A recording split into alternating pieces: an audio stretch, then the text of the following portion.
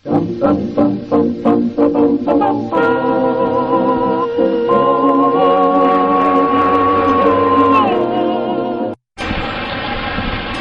engineering.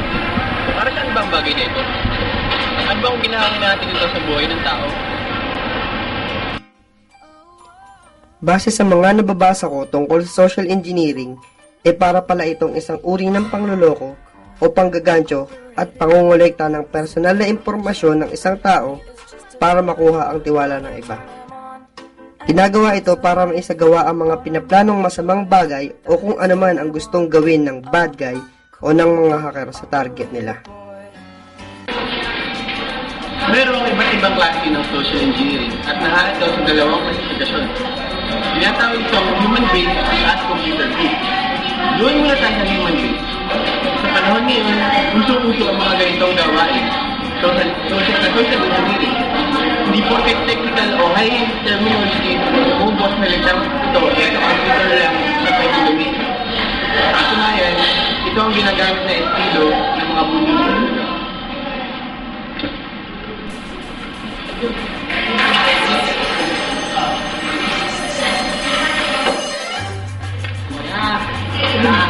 Saan ba punta Taiwan? Ang iwanan lang, ito kasi tayo na agad doon. Doon tayo na rin doon. Okay, Korea, salamat ah.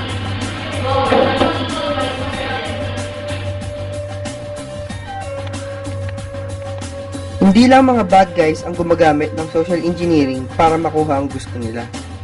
Miski mga walang kamalay-malay na estudyante nagagawa din ang mga bagay na ito nang hindi nila nalalaman. Paano? Meron kasing tinatawag na shoulder surfing o ang pamboboso at pangungopya ng kung ano man ang sinusulat o tinatype ng target nila. Shoulder surfing.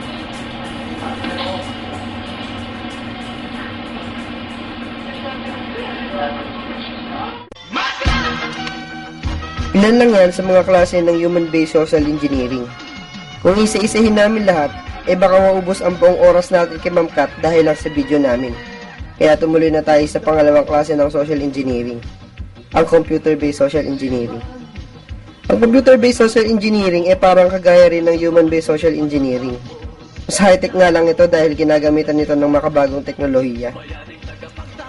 Ang iba pang mga hacker o mga bad guys gumagamit ng mga codes or script kung tawagin at iba pang application para lang makuha ang importanteng impormasyon tungkol sa target nila. Para mas maliwanagan kayo, panoorin nyo na lang ang clip na ito. Time is space war. Ngayon game. Time is space war. Ngayon game. Email spam.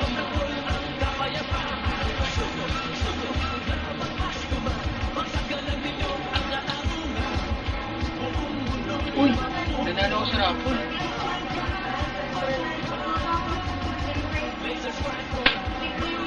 Oh, namatay. Masarap mabuhay sa makabagong panahon. High-tech na lahat. Pati mga bad guys, gaya nito, at eto pa, high-tech na din. Nakakainis. Kaya tip lang mga kuya at ate, huwag kayong masyadong magtitiwala sa kung sino-sino at huwag kayong masyadong all out na malajegemon o yung tipong inuutusan ka lang bumili ng suka sa kanto, ilalagay mo pa sa status mo sa Facebook. Hindi ganun. Huwag masyadong mag-post o maglabas ng mga impormasyon tungkol sa sarili nyo sa mga kumakalat ng social networking sites. Dahil miski mga snatcher sa kanto, may Facebook na. Sabi nga ni John Lloyd, Ingat.